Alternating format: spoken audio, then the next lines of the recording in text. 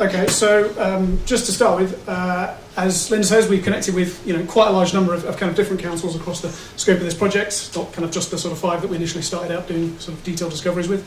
I'm just going to throw out a few quick sort of stories, observations that we've picked up kind of along the way. First being, so one case, large amounts of kind of data being released as open data about collections and waste service information. Could it be that actually, though, in the case of benefiting third-party application developers, actually what they need is a very focused kind of API? There could be cases where, in the case of waste collections, that happening every day, an API is about getting kind of, real-time information, and so it's worth thinking about, what's the kind of most appropriate way to release open data, release the data that is of interest. Another case where adapter API, which is sort of often kind of what we're talking about here, has been developed to sort of wrap a Spire API to kind of provide that level of sort of control and internal kind of management. But again, that's been done by, say, one council and so on. Another case of needing a kind of another similar kind of adapter sort of approach, but to hide certain bits of information from upper layers. Another one developing very kind of custom interface to be able to kind of serve specifics around waste services. And finally, developing a new kind of digital system for managing their waste services when there were problems of integrating with kind of an existing supplier system. I throw these examples out there because I think it's quite interesting, but I think some of what they reflect on is the potential that sort of all of the kind of shared standards and things that we're talking about in this project can kind of help to offer reference points and kind of guidance and things like that. And sort of highlighting on that, and again, the point that's been made by some of the earlier talks, and I'd referenced this in my talk in the Alpha Show and Tell. Tom Loosemore's talk, I think, is excellent, which has sort of 13 points about what newly imagined sort of digital services could look like. Open public data is canonical, infrastructural, and immutable. Do we have one place to get hold of it? What's the method of doing that?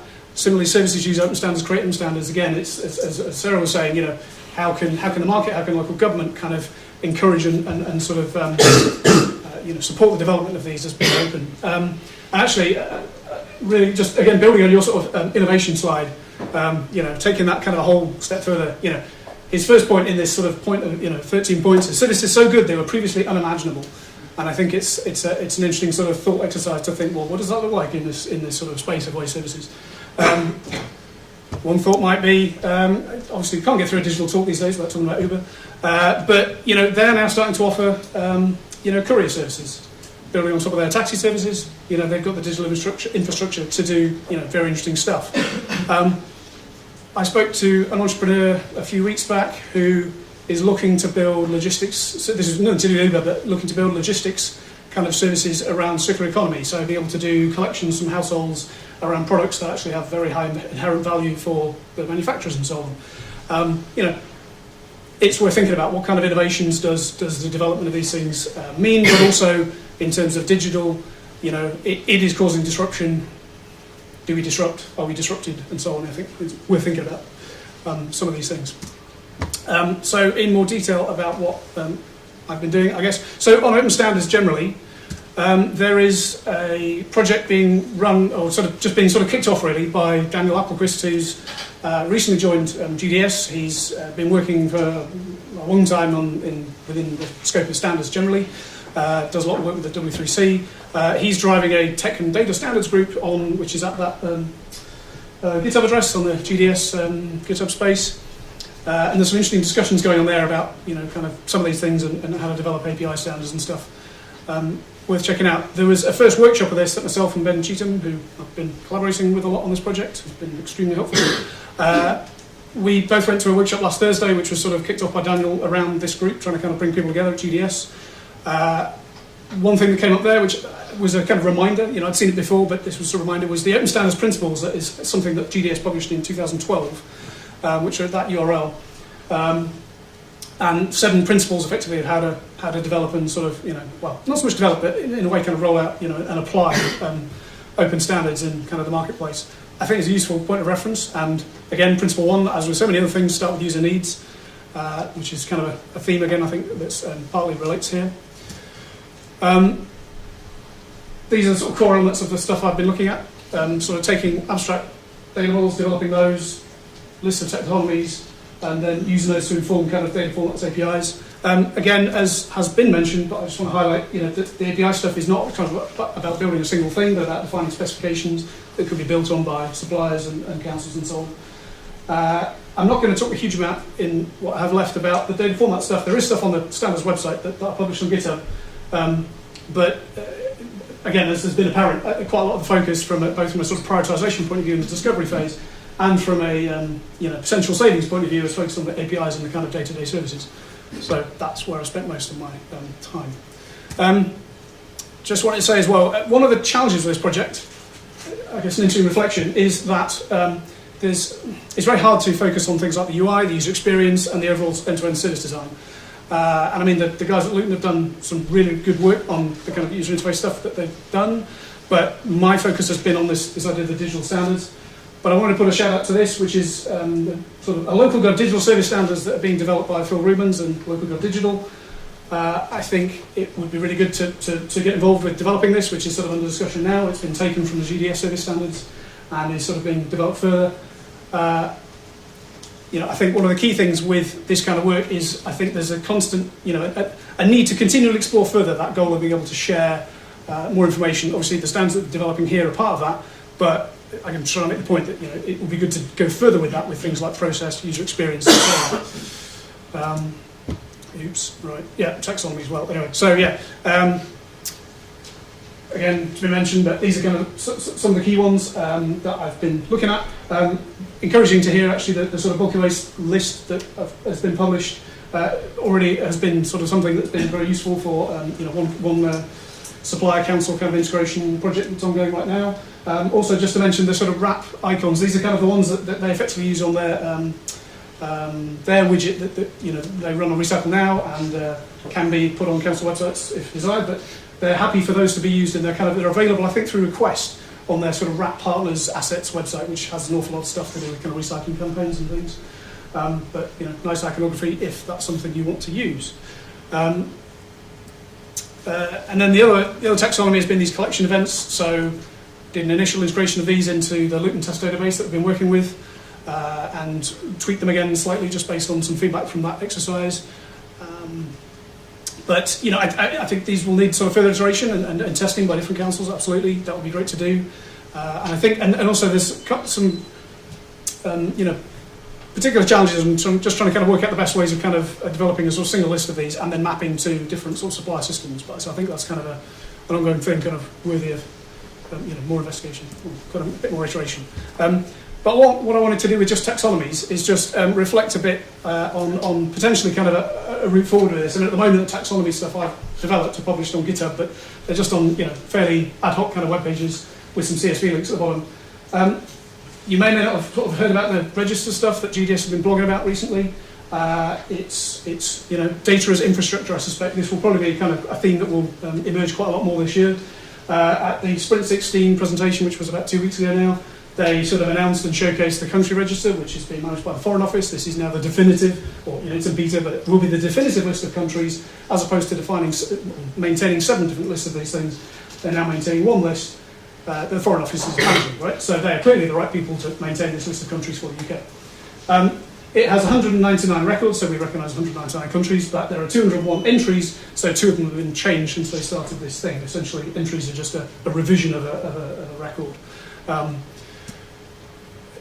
So it looks a bit like this in terms of there's a set of standard fields which are also kind of tightly managed. Much as the data model work I've been doing that I previously talked about is sort of trying to be very specific about the actual fields and trying to kind of reuse those definitions so that they're managing this kind of stuff very closely. A single record would look like that, and what's important here is that sort of for each register they're typically based around nouns, right? So country, you get country.register.gov.uk. Then you get /country/ and then GB. So GB in this case would be the sort of ID into getting the country that represents the United Kingdom, and that's then kind of will be a field. They're essentially name value pairs, right? They'll be represented in the register there. What's also really handy about these as a technology development, and incidentally the standards workshop we were at, there was a general sort of sense that this stuff is really exciting and it's probably a kind of game changer in terms of data as infrastructure type stuff. So every time the register is updated, it's hashed and a fingerprint's created, so it's possible to know exactly kind of, what version have you got? Is it different to, the current version that's, currently online? So it's very easy to know whether the sort of data set you're working with has changed. Similarly, all of the whole list and any individual entry is available as JSON, YAML, HTML as web pages, CSV, TSV, and so on, or even Turtle if you interlink data. So it's very easy to access information, and it's a very simple structure to define lots of these things. So as you might imagine, where I'm going with this is that I think a lot of what we're potentially looking at in kind of waste services could very easily map to a set of registers. And I think the trick here is to and I would solve a lot of these problems around sort of defining a kind of common set. There would need to be owners for each of these registers who say yes, we maintain this, and then they get input fed in when changes need to occur. But just some examples of kind of like what could be done potentially with some of the things that we've been developing in this project. Okay, API stuff. Okay, so so in terms of the approach I've been trying to take with the development of this API work has been to say, okay, there's a kind of common set of fairly generic, straightforward to use, kind of API endpoints for these kind of common things, which, as you might imagine, a lot of this could probably apply very much to a whole range of different kind of council services. And the idea is again to sort of develop this idea of patterns. Again, going back to sort of one of the early points here, government as platform, local government as platform is sort of again a buzzword that was thrown around a lot last year. It doesn't have to mean things like big single solid platforms. It can mean reusable patterns and all of these kind of things. So that's part of sort of the hope of what could be something that's reusable out of this. In terms of this is mostly what I've been focusing on during the beta phase. In terms of specifically integration with with two different systems, but also just looking at sort of improvements on kind of where I got to from the alpha, and any feedback coming in. So one of those was, okay, quite often there's an awful lot of kind of too many kind of round trip calls, right, on the kind of backend system for then the front end to be responsive. So one of the areas has been trying to say, how do we design this in a way that you can get whatever you need with fewer calls. Logical defaults. So if you say, right, a particular property with UPRA, can I get a list of services? Okay. In the case of waste, is it about, you typically quite often want to know the kind of last collection, at least one, maybe the next collection, and knowing maybe just one of those is kind of enough to then be able to show enough information to the citizen. But equally, these APIs should be built in a way that if you need to, then equally you can sort of go query further back or further forward. I'm just picking one example here, but if you need to get a set of collections that will cross different date ranges and so on. Another pattern I've been exploring a bit is, of course, the whole complexity around properties like this, which clearly don't have, every UPRN in buildings like this don't have their own waste containers, whatever, bin stores and so on. They're shared, so there's typically a parent-child kind of relationship. And that's what I've sort of mapped so far. And again, the idea would be that with sort of one call to the API, if it's a flat that would be a child, then it will query as well the parent and try to kind of pull back any collection information related to the parent, i.e. the whole property that is the block of flats. So you have that information kind of immediately, and again simplifies the number of interactions and so on for that. Okay, formats. From the start, everything I've been modelling has been around JSON, which fits into REST APIs. The APIs expect is purely kind of a REST API.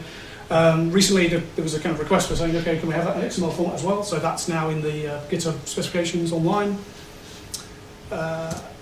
In terms of going above that, sort of, and this is looking again at JSON. So JSON linked data is about, again, tying the bits of data that you have to specific definitions of what they exactly mean. So again, that means it's talking about how they link back to the data model stuff. This kind of collections and hypermedia is sort of, well, if you're querying one of those APIs, like services or tasks or something, and you could get back thousands, how do you deal with the sort of the fact that there could be large lists and things? So these are just some formats that I've been exploring. Basically, the APIs are expected by default is built around a kind of Hydra format and JSON LD underneath. But they're essentially different formats of saying, okay, if I've got a list, how do I go to the next one? How do I paginate? And the hypermedia stuff is about different things linking between each other. I appreciate some of this, maybe some rather technical for some people in the audience, I apologise for that. One area that I think is definitely worthy of further exploration as well within the scope of this. So actually, waste data flow we've known since the discovery workshops that we had back in May, June. EDOC, we actually only learnt about, I think, just a few weeks back through another workshop, which is a system for recording waste transfers. Obviously, as trucks get full up, they go to waste transfer stations, and things get moved through the system, go to recycling centres and landfill and so on. Right? So EDOC has a really good API as well. I mean, that's something they've already developed as part of it. It would make sense to me to definitely explore kind of integrating the systems that councils are running with those APIs and use EDOC to kind of record waste transfers, get the information stored in an electronic system. That's a list of the kind of, again, these sort of data models, the kind of content types that EDOC models. And those bolded ones are sort of, again, a strong overlap with some of the stuff that I've been working on within the scope of this project. So I suppose, and some of this is almost certainly true of waste data flow as well. So to my mind, there's probably some useful, collaborations and synergies and sort of harmonising of some of this stuff that could be explored over, say, the next few years or something. And there's a conversation that we had with some folks at DEFRA, which might be something to explore. Some areas that I really want to try to kind of look a little bit, but still yet to be done, is kind of things like authorization. So if the APIs have endpoints that definitely will be returning data that is of sensitive nature, then we need to develop an authorization model for that, authentication. So a bit more to do on that, and things like site properties and sort of submitting cases. So I've started some work on case management. So things like I need a new bin, making that kind of request. So it's kind of a two-way thing there, being able to know what cases there are and also be able to submit new ones. So that's something I'm kind of working on at the moment. And finally, another one of, in fact, the final point 13 of Tom Loosemore's talk is everything is available through an API for third-party use, provided the user grants permission and it's secure. So I think it speaks to a lot of what I've just talked through, really. And I think it's a good vision. And I think again, having kind of common design APIs means that if we can enable this in local government to foster more of that kind of innovation at different levels that sort of Sarah was highlighting with the innovation, possibilities of innovation kind of slide. So. A quick demo of some stuff. Now, question is, what do we see over here? Oh, right, okay, marvelous. All right. Okay, so, right. So what this? Jesus, horribly pixelated. Don't know if anyway, all right. So I apologise, it's a bit hard to read. But essentially what this is kind of the APIs have been developing it, an adaptation on top of West-based Power Suite on the kind of right-hand side, and Bartek Collective running on top of the Luton test database on the left, and just with some of the kind of key endpoints, and then just some sort of example URLs that sort of filter by UPRN, just with sort of links there to see. So this is sort of, if you go to a kind of the root endpoint of the API, then you'll get redirected to a doc, and it just highlights this kind of thing. But this is literally just kind of JSON data, right? So this is just the raw data coming back. So if we load these, then hopefully it's going to work.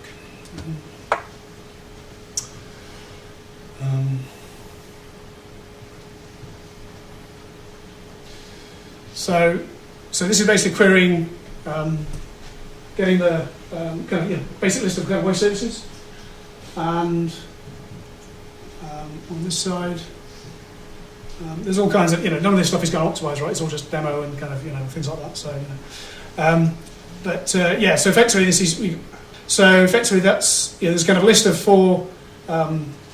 It's a collection here. What we've got is a list of four services. And for each one of those, there's the kind of name of service, description about it, frequency, ESD URL, so linking back to the kind of definition in the ESD kind of informed database that's maintained by LGA of what the actual service is.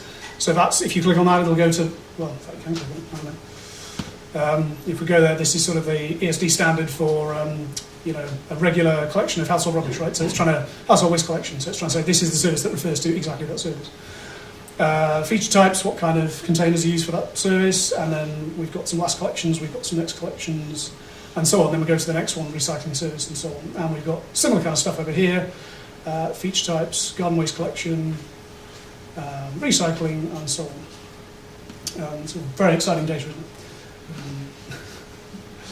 it? We can go to list of tasks, and it's likely going to show the same thing in terms of, it's kind of next last collection type stuff. But this is just a kind of more of a flat list. So if you were just trying to get a list of all of those things, then you could use this API just as well. I mean, the services one, that's where I come back to the thing about trying to kind of reduce the number of calls. It's about saying, okay, yes, tasks are a separate thing, but we're going to embed some of the useful last and next collection stuff in the call to services because it's kind of what you're probably going to need, and so on. So that's those. And just in terms of events, there's just a couple of examples. So we're getting, and this is very much test data and things, but just getting back kind of events to do with, damaged containers or, roadworks, things like that. So, and I think, and again, with the event stuff, it's quite tricky to sort of, this is something that needs iterating on a bit further. Obviously, the ideal would be to be able to say, right, there was this task and that represents emptying of a bin at a particular property, and tell me any events related to that. But at the moment, this is basically showing kind of, you could get like a filtered list that says, tell me events that happened on this day, for example. You could get that kind of thing. It's quite tricky to kind of work out how to match all those up, and also things like street events anyway won't be tied to a particular sort of property or a collection. So there's many nuances there, but further iterations to be done. And then finally, in terms of the Luton demo, who's going to come up and lead? Do you want to come and just talk through this stuff? Is it worth just explaining that? Okay. Oh, there you go. Is that all right? Yep. I can stretch that out.